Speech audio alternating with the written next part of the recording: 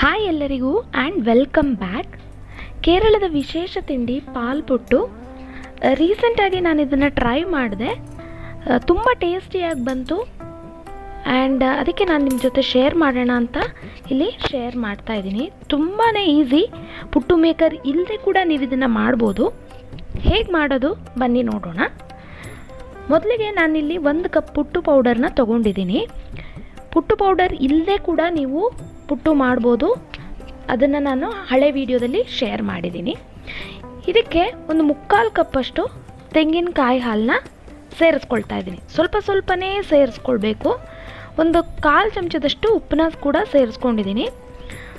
Batch by batch ಹಾಕ್ಕೊಂಡು ನೀವು ಈ ರೀತಿ ಮಿಕ್ಸ್ ಮಾಡ್ಕೊಳ್ಬೇಕು. ತರ್ತರಿಯಾಗಿರುತ್ತೆ ನಿಮಗೆ ಪುಡಿ. ಒಟ್ಟಿಗೆ ನೀವು 1 ಕಪ್ ಹಾಲನ್ನ ಉಪಯೋಗ ಮಾಡಬೇಡಿ, ಸ್ವಲ್ಪ ಹಾಕಿ ನೋಡಿ, ನಿಮಗೆ ಗೊತ್ತಾಗುತ್ತೆ. ಒಟ್ಟು ನನಗೆ ಇಲ್ಲಿ ಉಪಯೋಗ ಆಗಿರುವಂಥದ್ದು ಒಂದು 3/4 ಕಪ್ಪಷ್ಟು ತೆಂಗಿನಕಾಯಿ ಹಾಲು ಇಲ್ಲಿ ನಾನು ಉಪಯೋಗಿಸಿದ್ದೀನಿ. ಈ ರೀತಿ ಚೆನ್ನಾಗಿ ಮಿಕ್ಸ್ ಮಾಡಿ ಒಂದು 5 ನಿಮಿಷ ಅದನ್ನು ಹಾಗೆ ಮುಚ್ಚಿಡಿ. ಇಲ್ಲಿ ನಾನು ಕ್ಯಾರೆಟ್ನ ಫ್ರೈ ಮಾಡ್ಕೊಳ್ತಾ ಇದ್ದೀನಿ. ತುಪ್ಪ ಹಾಕಿ ತುರಿದಿರುವಂಥ ಕ್ಯಾರೆಟ್ನ ಫ್ರೈ ಮಾಡ್ಕೊಳ್ತೀನಿ. ಸ್ವಲ್ಪ ಹಸಿ ವಾಸನೆ ಹೋಗೋ ತನಕ ನೀವು ಫ್ರೈ ಮಾಡ್ಕೊಳ್ಬೇಕಾಗತ್ತೆ. ನಂತರ ಇಲ್ಲಿ ಪುಟ್ಟು ಬೇಯಿಸೋಕ್ಕೆ ಕುಕ್ಕರಲ್ಲಿ ನೀರು ಹಾಕಿ ಈ ರೀತಿ ಮುಚ್ಚಿ ಕುದಿಯಕ್ಕೆ ಬಿಡಬೇಕು. ಈಗ ಈ ಪುಟ್ಟು ಮಿಕ್ಸ್ ನೋಡಿ, ಚೆನ್ನಾಗಿ ಕಾಯಿ ಹಾಲು ಎಲ್ಲ ಹೀರ್ಕೊಂಡಿದೆ, ತರ್ತರಿಯಾಗಿ ಉದುರಾಗಿ ಆಗಿದೆ. ಇದಕ್ಕೆ ನಾವು ಫ್ರೈ ಮಾಡಿರುವಂತಹ ಕ್ಯಾರೆಟ್ನ ಸೇರಿಸ್ಕೊಳ್ಬೇಕಾಗತ್ತೆ. ಇಷ್ಟನ್ನು ಚೆನ್ನಾಗಿ ಮಿಕ್ಸ್ ಮಾಡ್ಕೊಳ್ಬೇಕು. ಇನ್ನು ನಿಮಗೆ ಪುಟ್ಟು ಸ್ವೀಟ್ ಆಗಿರಬೇಕು ಅಂತಂದರೆ ಈ ಟೈಮಲ್ಲಿ ನೀವು ಸಕ್ಕರೆನ ಸೇರಿಸ್ಕೊಳ್ಬೋದು, ಅದು ಆಪ್ಷನಲ್, ನಿಮಗೆ ಬಿಟ್ಟಿದ್ದು. ನಾನಿಲ್ಲಿ ಸಣ್ಣ ಪುಟ್ಟು ಮೇಕರ್ನ ಉಪಯೋಗ ಮಾಡಿದ್ದೀನಿ. ಇನ್ ಕೇಸ್ ನಿಮ್ಮ ಹತ್ರ ಪುಟ್ಟು ಮೇಕರ್ ಇಲ್ಲ ಅಂದರೆ ನೀವು ಇಡ್ಲಿ ಪ್ಲೇಟಲ್ಲಿ ಕೂಡ ನೀವು ಪುಟ್ಟುನ ಮಾಡ್ಬೋದು.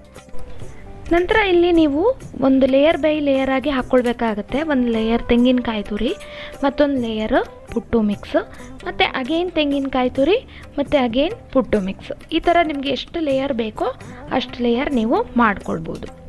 ಇನ್ನು ಯಾರೆಲ್ಲ ನನ್ನ ಚಾನಲ್ನ ಸಬ್ಸ್ಕ್ರೈಬ್ ಮಾಡದೆ ನೋಡ್ತಿದ್ರೆ ಸಬ್ಸ್ಕ್ರೈಬ್ ಮಾಡಿ, ಹಾಗೂ ಪಕ್ಕದಲ್ಲಿರುವ ಬೆಲ್ ಐಕನ್ ಪ್ರೆಸ್ ಮಾಡಿದ್ರೆ ನಾನು ಹಾಕೋ ವಿಡಿಯೋ ನೋಟಿಫಿಕೇಷನ್ ನಿಮಗೆ ಸಿಗುತ್ತೆ. ಪುಟ್ಟು ಪೌಡರ್ ಇಲ್ಲದೇ ಉಳಿದಿರೋ ಅನ್ನದಲ್ಲಿ ಪುಟ್ಟು ಮಾಡ್ಬೋದು. ತುಂಬಾ ಟೇಸ್ಟಿಯಾಗಿರುತ್ತೆ. ಹೇಗೆ ಮಾಡೋದು ಅನ್ನೋದನ್ನು ನನ್ನ ಹಳೆ ವಿಡಿಯೋದಲ್ಲಿ ನಾನು ಶೇರ್ ಮಾಡಿದ್ದೀನಿ. ಲಿಂಕ್ನ ಡಿಸ್ಕ್ರಿಪ್ಷನ್ ಬಾಕ್ಸಲ್ಲಿ ಕೂಡ ಹಾಕ್ತೀನಿ, ನೀವು ಚೆಕ್ ಮಾಡ್ಬೋದು. ಈ ಥರ ಲೇಯರ್ ಎಲ್ಲ ಹಾಕಿದ ಮೇಲೆ ಮುಚ್ಚಿ ನೋಡಿ, ವೆಯ್ಟ್ ಇಡೋ ಜಾಗದಲ್ಲಿ ಇದನ್ನು ಇಟ್ಟು ಒಂದು 5 ನಿಮಿಷ ನೀವು ಸ್ಟೀಮ್ ಕುಕ್ ಮಾಡ್ಕೊಳ್ಬೇಕಾಗುತ್ತೆ. ಚೆನ್ನಾಗಿ ಬೇಯುತ್ತೆ. ಬ್ರೇಕ್ಫಾಸ್ಟ್ಗೆ ಒಂದು ಮಾಡಿಸಿರುವಂತಹ ರೆಸಿಪಿ, ಕಾಯಿ ಹಾಲು ಹಾಕಿರೋದ್ರಿಂದ ಒಳ್ಳೆ ಟೇಸ್ಟ್ ಕೊಡುತ್ತೆ.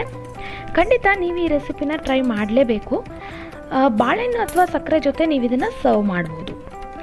ಮುಂದಿನ ಇಂಟ್ರೆಸ್ಟಿಂಗ್ ರೆಸಿಪಿ ಜೊತೆ ನಾನು ನಿಮಗೆ ನೆಕ್ಸ್ಟ್ ವಿಡಿಯೋದಲ್ಲಿ ಸಿಗ್ತೀನಿ. Stay tune, stay connected and thank you for watching.